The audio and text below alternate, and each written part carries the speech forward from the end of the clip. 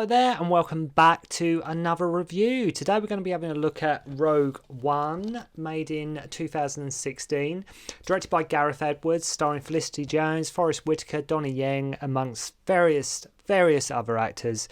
First film in the Star Wars anthology series. And interesting to note, just quickly, Edwards was not sure when he directed this if Disney were going to sort of greenlight because the film does have a dark ending. I'm sure many of you have seen Rogue One. I'm sure many of you have different opinions on it.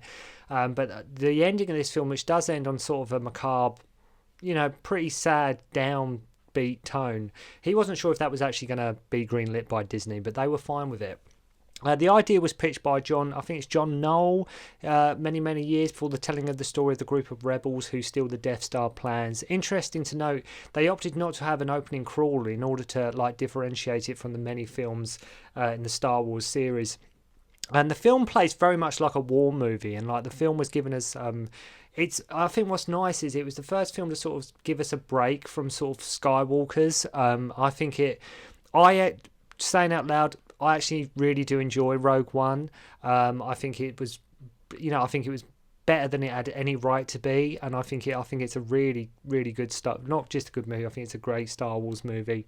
They don't have the opening crawl and say introducing new characters, moving away from that Skywalker thing and actually introducing new characters, and then rather than playing it safe, I mean, something they should have, this is the trouble, with the Solo, they really should have just gone, pardon the pun, but they should have gone rogue. They should have introduce new characters, take a gamble. Don't just play it safe let's have a young Solo. I do enjoy Solo, but Rogue One seemed to be very much more of a risk, and I think it does pay off just with the characters introduced.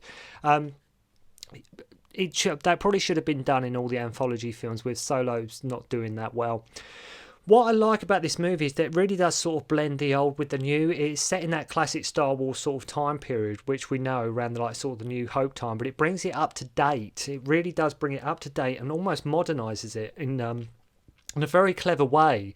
I think by that logic, it really does work. I mean, in Asia, it was Donnie Yen who was used more in the marketing, such as Japan, Singapore, Indonesia, Thailand, and Hong Kong. And I remember when I first found out Donnie Yen was in this movie, I was like, oh my god, Star Wars and Donnie Yen's in it? Yes, please. Had to see it. So you get a nice opening shot of Krennic's ship landing on the planet. Nice colour palette here, very blue and green, lakes, etc. And you can already tell, even just by that opening shot, this is going to be a very different Star Wars movie. This is going to be something you haven't seen before. This is going to be, something different. Let's show a different part of the Star Wars universe. Let's follow a different story. Let's follow a different set of characters. So Krennic confronts Galen Erso about returning to help them work on the Death Star, kill his wife Lara, and his daughter Jyn Erso escapes. What is great here is that it's Star Wars done in a very thriller-esque type fashion, and like I say, it works. It works really well. It works really well. Sometimes going against the grain and doing something more serious in nature can pay off, and this is the trouble that I've had with a lot of Hollywood sequels, reboots, rehashes. They play everything so safe, and Rogue One, though it does in some senses, it doesn't in others. In more ways than one, it really does actually take a gamble. It can work. She is rescued by Saw Gerrera, played by Forrest Whitaker. Then we meet Captain Andor, who is working for the rebellion. He learns from one of his informants that the Empire is making a planet killer and using kyber crystals to power it. He kills the informant, which comes out of nowhere, because you're like, who is this guy? Why has he just killed this dude?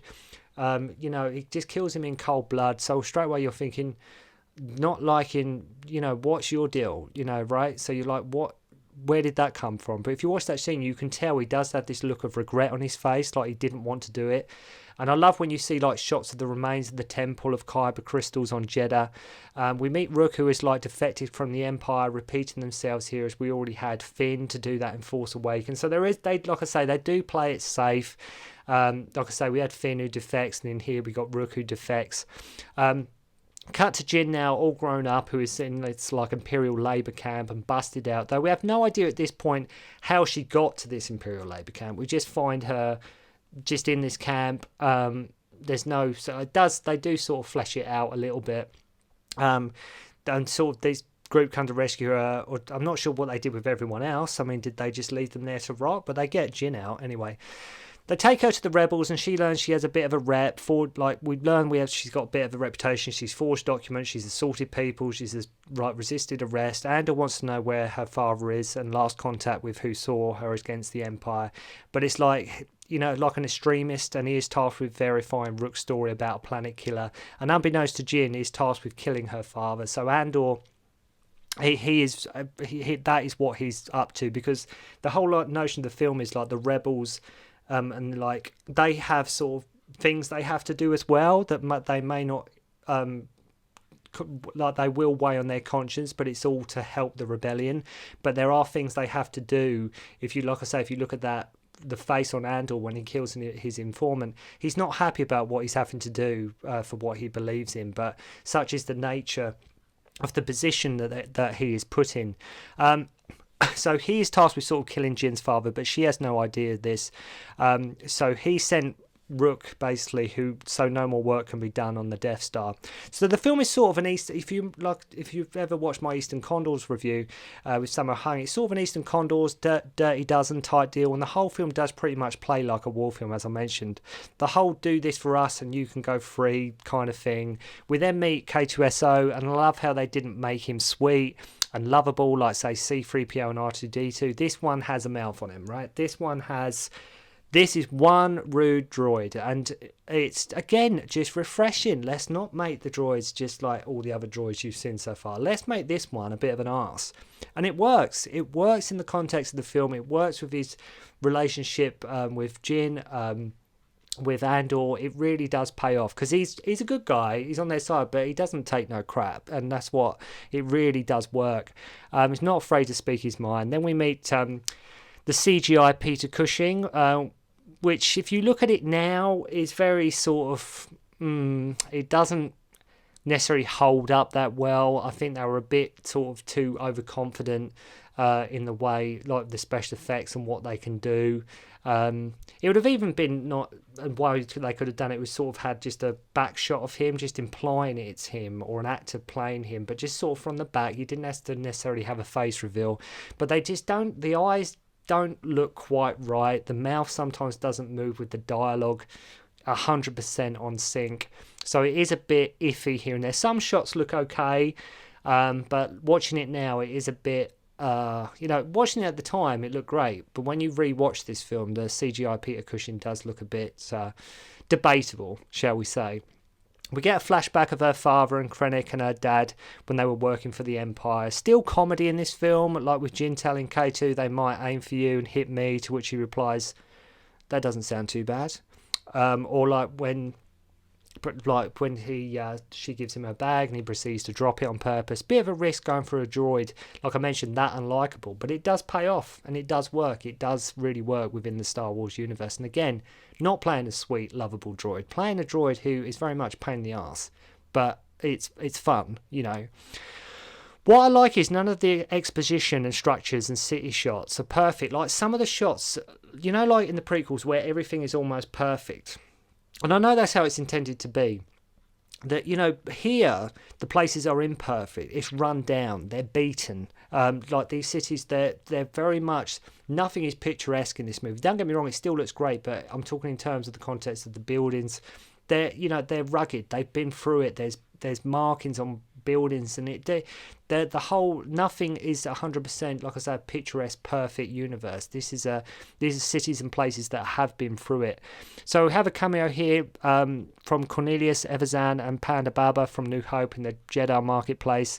Then we meet Donnie Yen's character. I mean, just steals the show. Just absolutely. I mean, obviously you guys know I'm into like kung fu movies and Hong Kong movies, but Donnie Yen does absolutely own this film. If you disagree with me, fine, but I think he absolutely steals the show. Chinwe Imwe, I mean, he's one of the guardians of, and he's just absolutely, he's like meant to protect like the temple, or at least tried to, just steals the show. So Saul's rebels attached the Imperials. and that like this tank comes in, and I love how out of nowhere an AT-AT turns up, and of course they have to show how badass Urso is by having her take out some troopers.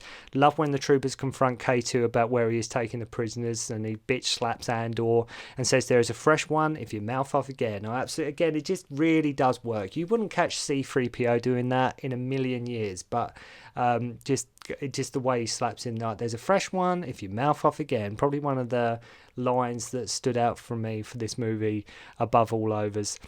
Donnie has an awesome little action scene here. I mean, Donnie Yen beating up stormtroopers, hell yeah, definitely, that absolutely. So taken by Saw's men, you know Andor has a conscience at this point where Donnie says you take your prison with you, and he just sort of has a sad look. You know he is just following orders and trying to do the right thing for the rebellion, as I mentioned earlier, just doing something for a good cause, but not necessarily enjoying every moment. Well, not enjoying is the wrong word, but not necessarily setting on your conscience well the things that you have to do.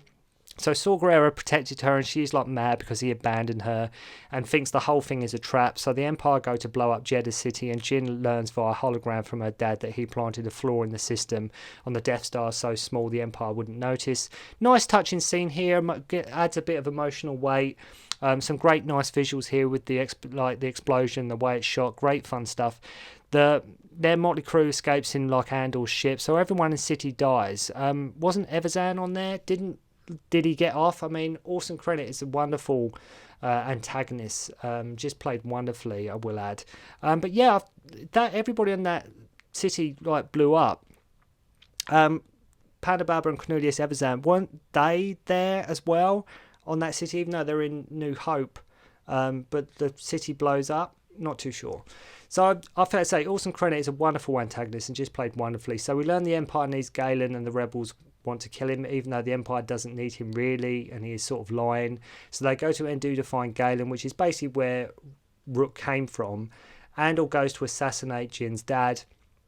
Nice moment when Donnie goes to leave the ship, and Bay says to him, "Good luck," and he replies, "I don't need luck, I have yous." And he just follows him because he knows that's what he's got to do. That's, where he's gonna.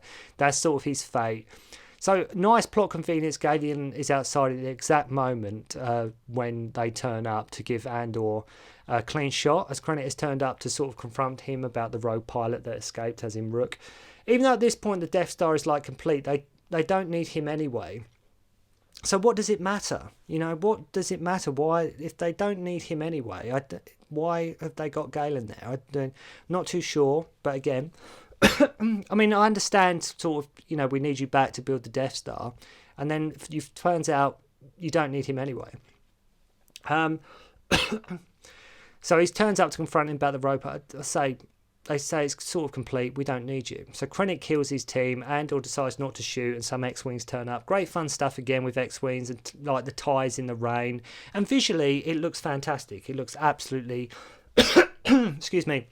It looks absolutely incredible. It really does look really good stuff, just like I say, within the rain. Donnie even taking down a single TIE fighter by himself. Of course he does. It's Donnie Yen. Galen dies. What I like about this movie is that it seems fresh, and it's not, like I mentioned earlier, it's not playing it safe. It is giving it a different Star Wars spin, a different setting, something that really does pay off in more ways than one. Or, it is still tied to A New Hope. In many ways it's sort of a prequel to New Hope, but it really it does take a lot. I think this movie takes a lot of risks. I think it takes a lot of risks, and I think the bulk of them, if not nearly all of them, pay off. You can see, like I say, how upset Andor is when back on ship, as he didn't tell them the real reason for his mission. And if you believe in something and the cause, then you have to just do what is asked. First time we get the real sense that the rebels... This is the first time, it's a very interesting thought actually, that it's the first time in a Star Wars sort of universe that that you sort of get across that, sort of in the movies, that the rebels aren't all good. The rebels do bad stuff too. It's not like they're 100% perfect, squeaky clean. Like not everybody in the rebellion is doing everything that's just and righteous. I mean, this is war. There are things you have to do that go against your moral fibres. There are things that go against character and for your better judgment. You have to go with what orders are put in front of you. And this is very much what this film sort of plays on, that idea of having to do things that aren't necessarily something you want to do, but you're doing it for something, a greater cause and a belief that you believe in. So we have a great reveal of Vader in his tank in his chamber, and a great scene where Krennic, who gives him the old force choke.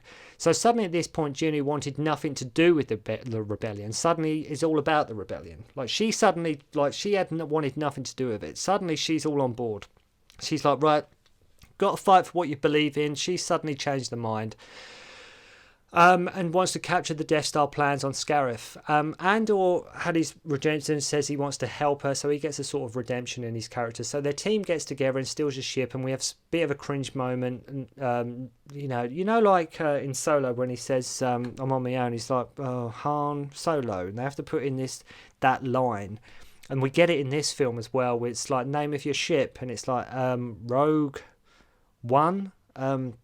He's, just like in Solo, they do the same thing where he's like giving him his name. It is a bit of a facepalm moment. Why do we need the title of the film spoken in the dialogue? But you have to do it, so it's like, yeah, title of the film, see what we did there. I don't know why they have to do it. I absolutely love the look of Scarif. I absolutely adore the look of Scarif. It's bright, it's super blue oceans, it's tropical, it just visually works. And this is what is so great about the Scarif, the ending of the movie. It's not dark, it's not set in a place you've seen before. Like I say, it's tropical but in a Star Wars universe, and this is where sort of the end action scene is, and it really looks fantastic. Like a bit of bad dialogue from Jyn at this point. If the plans are down there, we will find them.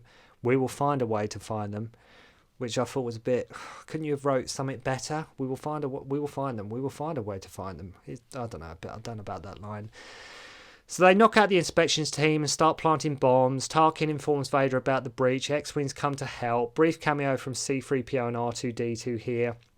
So the Empire closes the shield gate and have to find a way to send the files. All-out warfare here at this point. This is a prime example of when set in bright locations, films like this just work rather than sort of... So many films, they set big action scenes at night, in the dark. You can't quite see everything.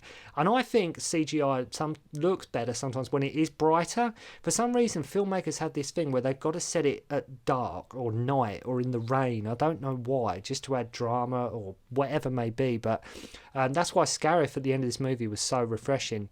So they find the file, K2 dies, and it becomes clear at this point they aren't going to escape, right? It becomes clear that they're not all going to get off. I will say they give Andor a series, they gave Andor a series where Chirrut Imwe, they could have given him one, so the whole team basically gets wiped out in quick succession. They align the antenna, and Andor kills Krennic. I mean, if the flaw in the Death Star is in the file, did not one person look over this to be like, crap, it has a design flaw? Like, if the files are on Scarif and the design flaw is in the file, was that not inspected by anybody else, or was it only sort of Galen who would know that's where the file is? I mean, did they not inspect their files just to make sure everything was actually foolproof?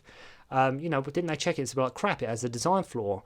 And Tarkin targets the Scarif space, even though that's where all their plans are. But that's what I'm saying, if all the plans are there, Tarkin's just like blow the place up, but he's got all their plans and sort of all their files from like the Empire and everything. So he's just blow it up. Really somber, emotional, dramatic end with Jyn and Andor holding each other, awaiting their fight. Then we have that classic Vader scene with him mercilessly slaughtering some rebels. I mean, let's face it, truly awesome. The way it's done with the alarm ringing, the lighting, the breathing, the darkness, the colour tone they shoot the scene in. Really amazing. Probably one of the best scenes, I think, in the whole Star Wars cinematic sort of universe. I think that scene is absolutely incredible. Absolutely amazing. It really does show how badass Darth Vader is. So the transmission gets out, and then it's given to us sort of CGI young Carrie Fisher, and that's the end of the movie. But I really enjoy Rogue One. I think it's a brilliant Star Wars movie. As I say, I would love it because Donnie Yen's in it, but overall I think it's just nice to have something different locations, not playing it 100% safe, taking a few risks. Like I mentioned, it doesn't all pay off, but by and large it does work, and I think Rogue One, despite what everybody thinks about it, I think it's a really, really good movie. So thank you very much indeed for watching, and I'll see you again soon.